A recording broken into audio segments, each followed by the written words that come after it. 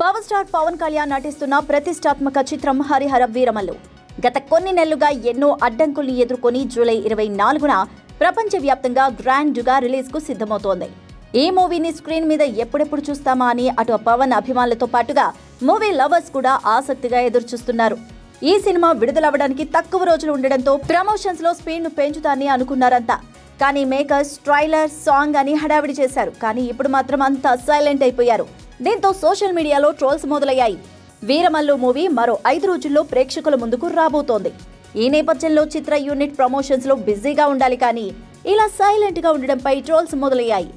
ఇంకా ప్రమోషన్స్ మొదలు పెట్టలేదు, సినిమాని మళ్లీ పోస్ట్ పోన్ చేస్తారా అంటూ పవన్ అభిమానులు సోషల్ మీడియాలో పోస్టులు పెడుతున్నారు.